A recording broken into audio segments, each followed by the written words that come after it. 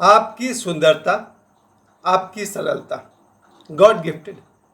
आज मैं तीज के अवसर पर, कल तीज है और कल जब बहुत सारी महिलाएं अपने पति के लिए तीज व्रत करेंगी, ऐसे में मैं एक महिला को याद करने जा रहा हूँ जो बहुत ही सरल थी और बहुत ही सुंदर थी। वैसी सरलता और वैसी सुंदरता मैंने फिर जीवन में दोबारा नहीं देखा। मैंने जीवन में हजारों सुंदर लड़कियां देखी है, हजारों क्यों, लाखों देखी होगी। जो मुंबई में 10-15 साल रहा है उसने तो लाखों देखा होगा। मैंने लाखों सुंदर लड़कियां देखी, हजारों सुंदर स्त्रियों के नज़दीक रहने का मौका मिला, पर वैसी सरलता और वैसी सुंदरता मैंने कहीं देखी ही नहीं। तीज व्रत पर सबसे पहले तो उन देवी को बहुत बहुत प्रणाम जिनकी सादगी, सरलता और सुंदरता गॉड गिफ्टेड थी, और गॉड गिफ्टेड ही होना भी चाहिए। क्योंकि कल जब तीज व्रत आएगा तो कल सुबह से करोड़ों सनातनी माताएं, पत्नियां, बहनें जब तीज का व्रत करेंगी अपने अपने पति के सौभाग्य के लिए, ऐसे में मैं एक स्त्री को याद कर रहा हूँ जिनकी सरलता और सुंदरता मैंने जीवन में फिर दोबारा नहीं देखी। बहुत बहुत सरल। और जानते हैं सरलता कितना मुश्किल है? बहुत मुश्किल है। हर आदमी, मैंने अपने जीवन में देखा है, हर आदमी और हर औरत थोड़ा बहुत तो कनिंग होता ही है। कनिंग मतलब मैं कह रहा हूँ धूर्त, क्लेवर। आप 95% अच्छा हो सकते हैं, पर 5% आपके अंदर कनिंगनेस होने का खतरा है। आप 99% समझिए कि भले आदमी हो सकते हैं, 1% क्लेवरनेस आप में होने का खतरा है। लेकिन मैं जिसकी बात कर रहा हूँ वो 100% सरल थी। उसमें न तो कपट था और न ही कोई धूर्तता थी। और मैं इसलिए कह रहा हूँ कि वही स्त्री सुंदर होती है जो सरल होती है। सरलता कितना मुश्किल है? बहुत मुश्किल है। पहली बात कि उनकी सरलता का सबसे बड़ा राज ये है कि वो गॉड गिफ्ट है। पता नहीं क्यों जन्म से ही या बचपन से ही उसमें सरलता थी। सरलता का पहला गुण झूठ नहीं बोलना। जो लड़की, आज मैं स्त्री को ही लेकर चलूँगा क्योंकि तीज का व्रत कल है, जो लड़की बचपन से लेकर के कभी भी झूठ नहीं बोलती है वो सरल है। पर आप कहेंगे जीवन में 10-20 बार, 100 बार झूठ बोलना पड़ सकता है, दूसरों के लिए बोलना पड़ सकता है, चलेगा, लेकिन अपने तरफ से अपने लाभ के लिए जो झूठ कभी नहीं बोले वो सरल है। ये मेरी अपनी परिभाषा है, ये मैंने किसी किताब से नहीं पढ़ा है। तो मेरी दृष्टि में वो दुनिया की सबसे सरल लड़की थी जो कभी झूठ नहीं बोली। दूसरा गुण, जो लड़की या तो कम बोले और जो बोले सार्थक बोले, ये गुण था उसमें। एकदम कम बोलना। आप बोलिएगा 10 लाइन, वो बोलेगी 1 लाइन। अगर बिना 1 लाइन बोले काम चल जाए तो और भी सुंदर। इसे मैं कहता हूँ सरलता। जो लोग व्यर्थ के बकवास में पड़े रहते हैं, अर्थात जो लोग दूसरे की बुराई करते हैं, वो सरल हो ही नहीं सकते। पर वो सरल थी, बहुत बहुत सरल थी। उसका इरादा नहीं था कि कौन खराब है, किसकी बीवी खराब है, किसकी बहन खराब है, दुनिया में क्या चल रहा, परिवार में क्या चल रहा, ये उसका नेचर था ही नहीं। ऐसी सरलता फिर मैंने जीवन में दोबारा नहीं देखी। सरलता का सबसे बढ़िया एग्जाम्पल है जो भीतर है वही बाहर है। अगर उसके मन में भोजन करने का मन है तो भोजन करेगी, लेकिन जितना भी चालू लोग होंगे, जब भोजन करने का समय होगा और कोई बैठा रहेगा तो बोलेगा नहीं नहीं कोई बात नहीं, आप बोलिए ना। नहीं, उसमें सरलता थी। अगर उससे भूख लगी है तो वो भोजन करेगी। ये दुनिया की सबसे बड़ी सरलता है। जिस इंसान को भूख लगा हो और वो कहे कि अब हमको खाना खाना है, उसे मैं कहता हूँ सरल इंसान। जब उससे नींद आती थी तो सो जाती थी, यानी शाम के 7 बज गए, 7:30 बज गए, 8 बज गए, फिर तो उसको जगाना बहुत मुश्किल है। वो सोएगी तो सोएगी, जिसको बुरा मानना है मान लो, चाहे उसके माँ बाप हों या घर के लोग हों, मायके वाले हों कि ससुराल वाले हों। उसकी सरलता ऐसी थी कि जब उसको नींद आ रही है तो सो जाएगी। यही सरलता उससे सुंदरता का राज थी। सुंदर सिर्फ वही होता है जो सरल होता है। मैंने बहुत गौर से देखा है, खास करके लड़कियों की मैं बात कर रहा हूँ। जो लड़की थोड़ा बहुत क्लेवर टाइप की होती है, चालू होती है या कनिंग होती है, धूर्त होती है, पता नहीं क्यों उसके चेहरे से मुझे वो सुंदरता नहीं दिखती है। ये सिर्फ मेरे में नहीं, आप लोगों ने भी गौर किया होगा कि गोरी चमड़ी तो बहुतों के पास होता है, पर हर लड़की सुंदर नहीं लगती है। गोरी चमड़ी लगभग आधी आबादी के पास है, भारत में भी 50% लड़कियां गोरी हो सकती हैं, पर इसका मतलब ये नहीं कि वो सुंदर हो जाए। कई बार आप भी पहचानते हैं कि नहीं ये इंसान सुंदर नहीं है, पर ऐसा कभी हुआ ही नहीं कि कोई लड़की सिंपल हो, सरल हो और वो सुंदर न लगे। असंभव है। वो हो सकता है उसकी चमड़े की रंग काली हो, शरीर से सांवली हो, काली हो, उसके बाल भी सुंदर ना हो, पर जो इंसान सरल है वो सुंदर होता ही है। यही सरलता।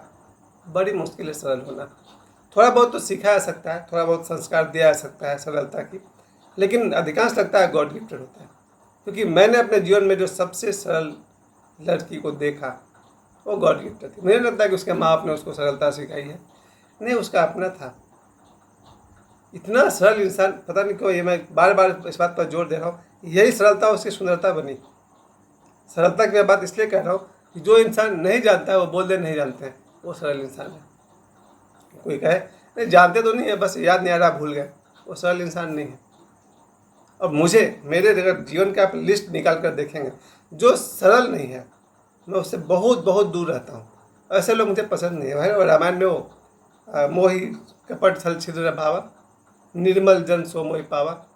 श्री रामचरितमानस में कहते हैं ना, तुलसीदास जी लिखते हैं कि जो निर्मल मन वाले हैं भगवान राम को वही पसंद है, उन्हें कपट और छल वाले लोग पसंद नहीं है। मेरे भी जीवन का ये सिद्धांत है, अगर किसी लड़की में या लड़के में अगर मैंने 1% क्लेवरनेस देख लिया, धूर्तता, या फिर वही 1% अगर क्लेवरनेस देखा, छल कपट, या फिर 1% कनिंगनेस देखा, मैं बहुत आसानी से धीरे धीरे हाथ जोड़ के पीछे हट जाता हूँ कि ये इंसान किसी काम का नहीं है।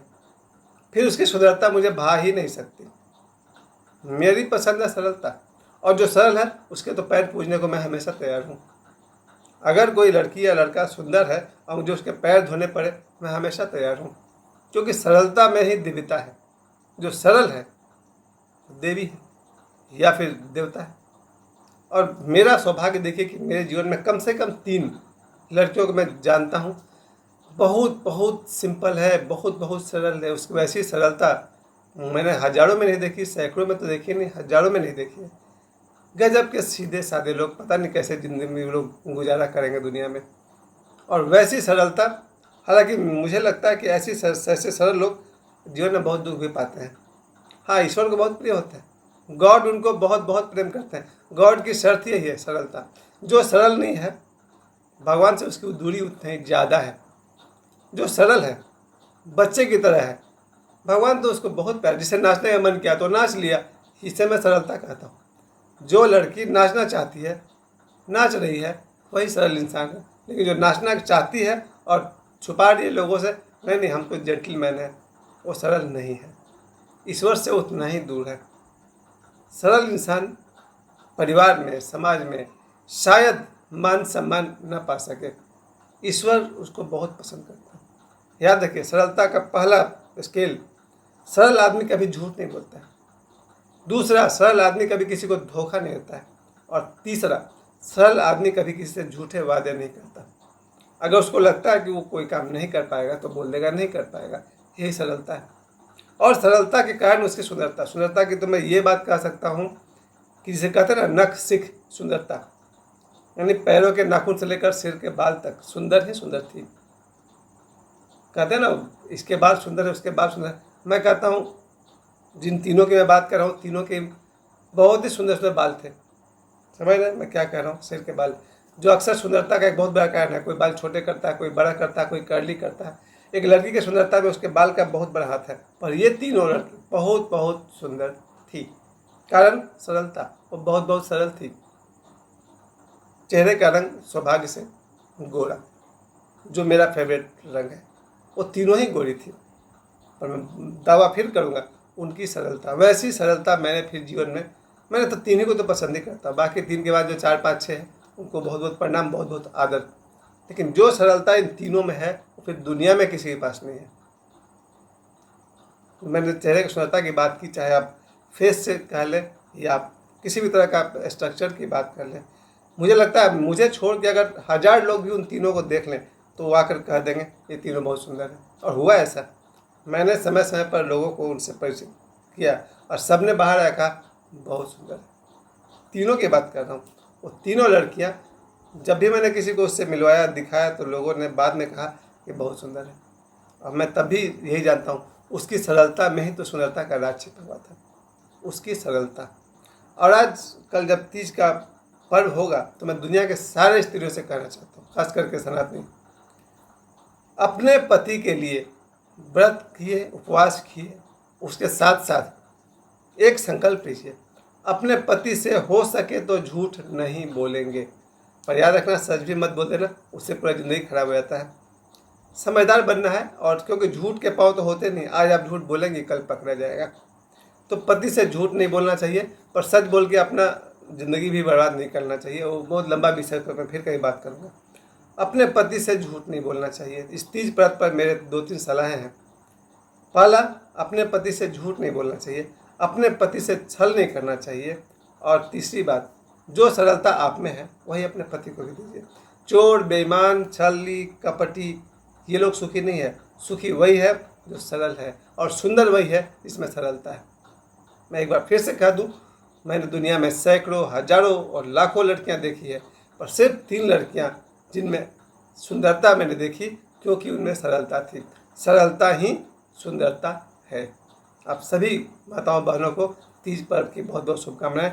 अब आप लोग कहेंगे वो 3 महिला की जिसकी बात कर रहे हो कौन कौन है भाई? उनमें से एक मेरी पत्नी स्वर्गीय मंजू देवी है। मेरी दृष्टि में दुनिया की सबसे सरल और सुंदर, सुशील महिला थी, जीवन साथी थी। उनको मेरी तरफ से श्रद्धांजलि, और ये तीज पर्व की सभी माताओं बहनों को हार्दिक शुभकामनाएं।